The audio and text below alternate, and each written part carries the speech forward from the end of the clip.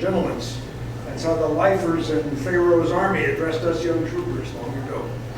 They knew it was wrong, just as I do.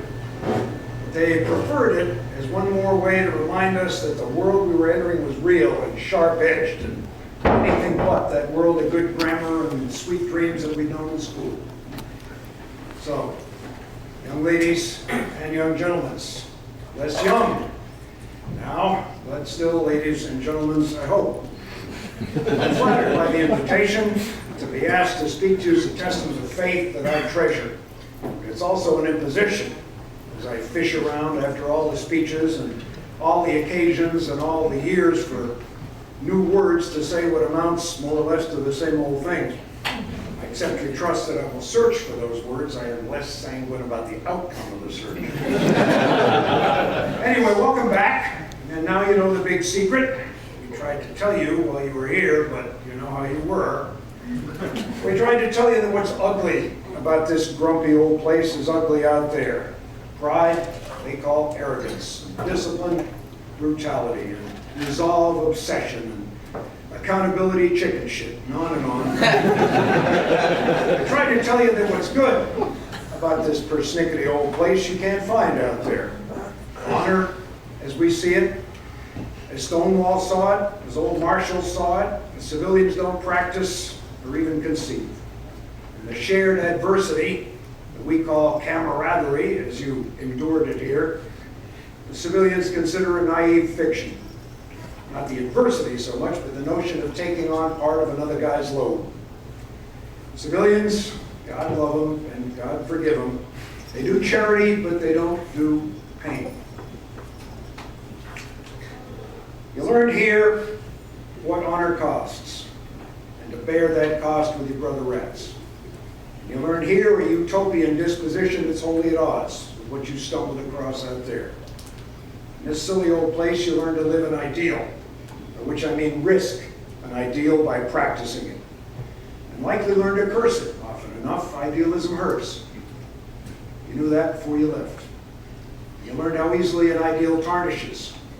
You learned what survives those first moments of disillusionment, the intersection set of action and expectation, the talk and walk. Because you were a cadet and never just a student, you learned how hard it is to sustain abstraction in the face of concrete resistance, temptation, humanity, word.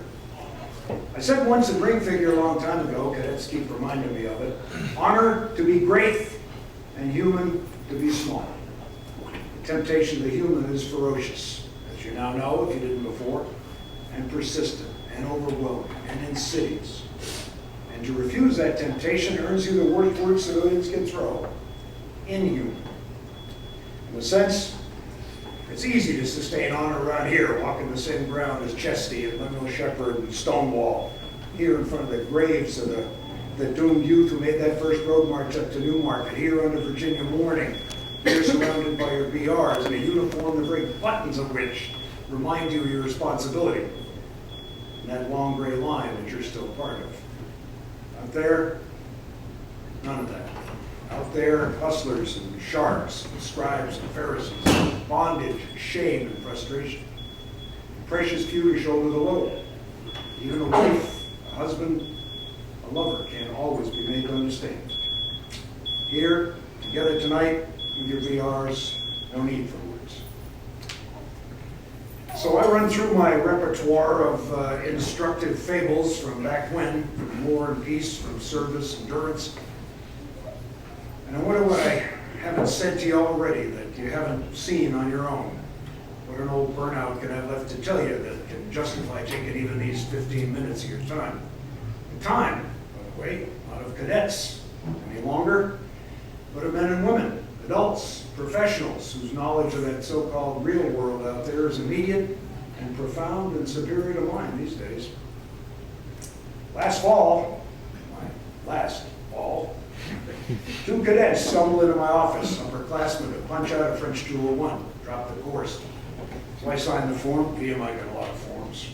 And I asked, as I always do, what provision they've made to satisfy the language requirement. Oh, we already did that, sir. We just took the class for the leadership stuff. Yes, sir. You're known for teaching about leadership.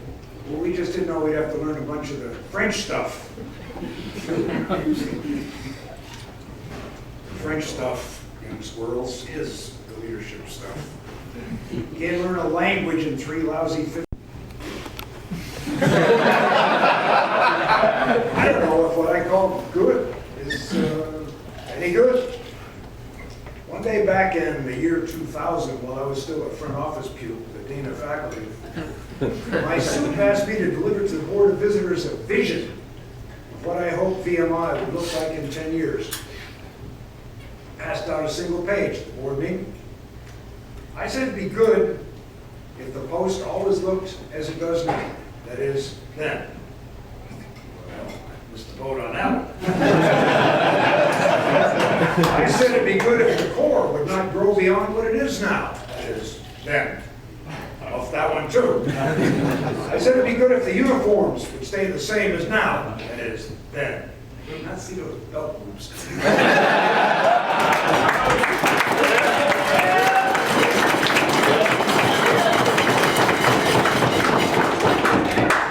I said it'd be good if the curriculum would remain fast fixed as it stands now, then. Jesus. I said it'd be good if the cadets ran their cadet corps. I said it'd be good if we kept the same rigid expectations set and the same ferocious rat line as now, that is, then. Now, you'll know better than I do if I got that wrong. I might as well have. That would be me batting 1,000. Put me 3-200 out, as we say in the infantry. That is not just wrong, but whoa, what is wrong? So wrong, in fact, I got fired 2 weeks later. Well, Mr. Sollick is right to ask. A lot of changes. And if the changes aren't inevitable, change itself is. VMI, you knew, I'm speaking here as a graduate of 4 colleges and universities and a prep school and God knows how many other idiot institutions. The VMI you knew evaporated the second you stepped through that solid port for the last time. Gone with the wind. It's been that way time out of mind. Tanta re, the Greek said, everything changes. Omnia mutantur, the Romans said, everything changes. The VMI has disappeared.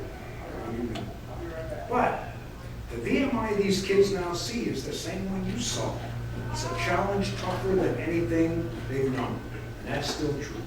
That's good. It's just the standard against which they measure has changed. That civilian society that they come from has changed. VMI remains as ugly for them as for you. It's still harder and tougher than the world out there. And that's good.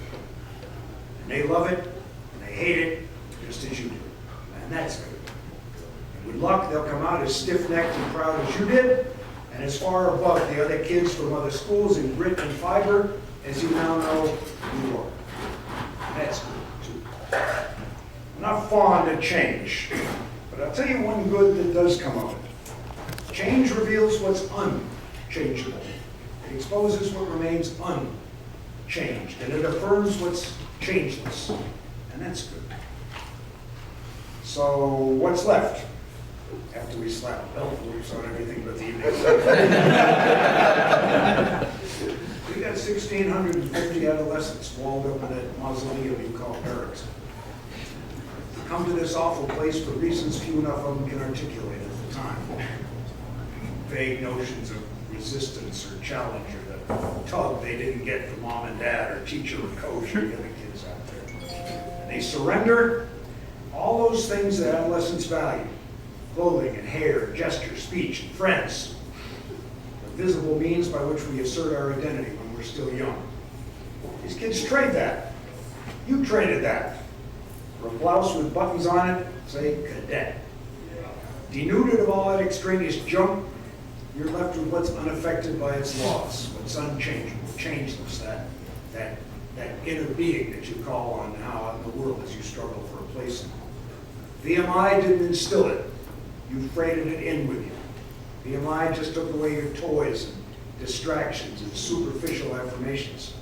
Left you alone with who you are. And that's good. but it's a lousy life. It's demanding and humiliating and wearisome and lonely. No matter how many brother rats you have, you're still doing the push-ups alone.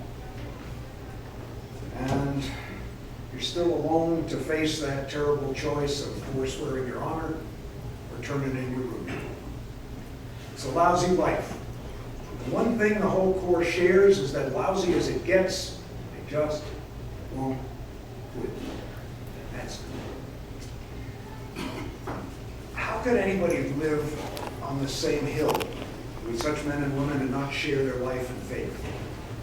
I didn't dare not wear the uniform properly, not knock out my PT, not make the road marches, not raise the flag at dark 30 in the cold, not return a snappy salute, not do my duty. In a word, live that lousy life.